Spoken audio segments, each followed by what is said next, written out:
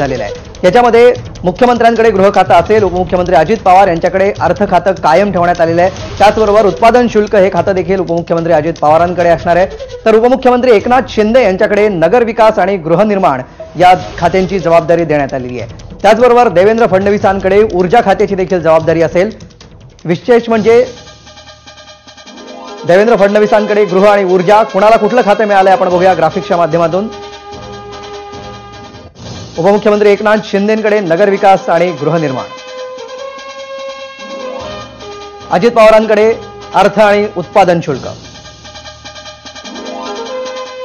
चंद्रशेखर बावनकुळेंकडे महसूल खात्याची जबाबदारी देण्यात आली आहे। तर हसन मुश्रीफ यांच्याकडे वैद्यकीय शिक्षण हे खातं सोपवण्यात आलेलं आहे। राधाकृष्ण विखे पाटील यांच्याकडे जलसंधारण, गोदावरी आणि कृष्णा खोरे हे खातं देण्यात आलेलं आहे। महसूलवरून राधाकृष्ण विखे पाटलांना आता हे नवं खातं मिळालेलं आहे। तर चंद्रकांत पाटील यांच्याकडे उच्च आणि तंत्र शिक्षण मंत्रिपदाची जबाबदारी असेल। गिरीश महाजन यांच्याकडे विदर्भ, तापी आणि कोकण या विभागांचं जलसंधारणाची जबाबदारी असेल। मंगलप्रभात लोढा यांना कौशल्य विकास खात्याची जबाबदारी सोपवण्यात आली आहे। भाजपच्या जयकुमार रावल यांच्याकडे राजशिष्टाचार मंत्रिपद असेल। तर पंकजा मुंडे यांना कुठलं खातं मिळणार याची उत्सुकता होती, तर त्यांना पर्यावरण खात्याची जबाबदारी सध्या सोपवण्यात आली आहे। गणेश नाईक यांच्याकडे वन विभागाची जबाबदारी आहे।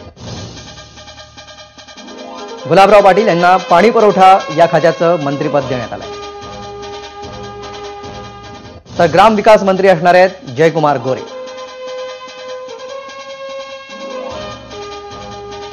नरहरी झिरवाळ यांना अन्न आणि औषध प्रशासन या विभागाची जबाबदारी देण्यात आलेली आहे।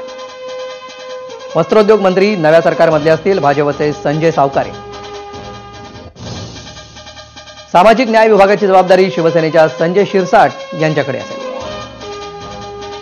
तर वाहतूक विभागाचे मंत्री प्रताप सरनाईक असतील। रोजगार हमी आणि फलोत्पादन खातं मिळालेलं आहे भरत गोगावले यांना। तर उद्योग आणि मराठी भाषा या विभागांची जबाबदारी शिवसेनेच्या उदय सामंत यांच्याकडे सोपवण्यात आली आहे। शिवसेनेचे दादा भुसे हे आता नवे मृदा आणि जलसंधारण मंत्री असणार आहेत। तर राष्ट्रवादीच्या धनंजय मुंडेंकडे अन्न आणि नागरी पुरवठा या विभागाची जबाबदारी सोपवण्यात आली आहे। विशेष मागास प्रवर्ग खात्याचे मंत्री असतील भाजपचे अतुल सावे। तर आदिवासी विकास मंत्री असणार आहेत भाजपचे अशोक उईके। शंभूराज देसाई हे आता नवे पर्यटन आणि खनिज कर्म मंत्री असतील। तर आशिष शेलारांना माहिती तंत्रज्ञान आणि सांस्कृतिक या खात्यांची जबाबदारी सोपवण्यात आली आहे। क्रीडा आणि युवक कल्याण या विभागाचे नवे मंत्री असतील राष्ट्रवादीचे दत्तात्रय भरणे।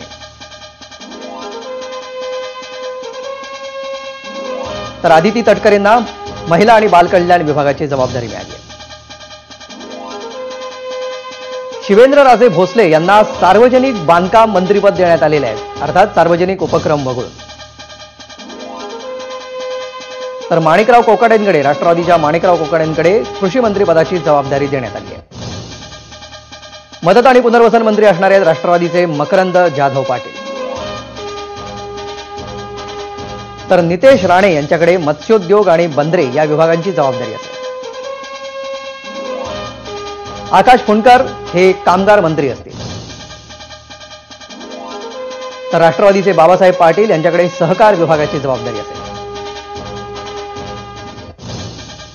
आदिती तटकरे या महिला आणि बालकल्याण मंत्री असणार आहेत राष्ट्रवादीच्या आमदार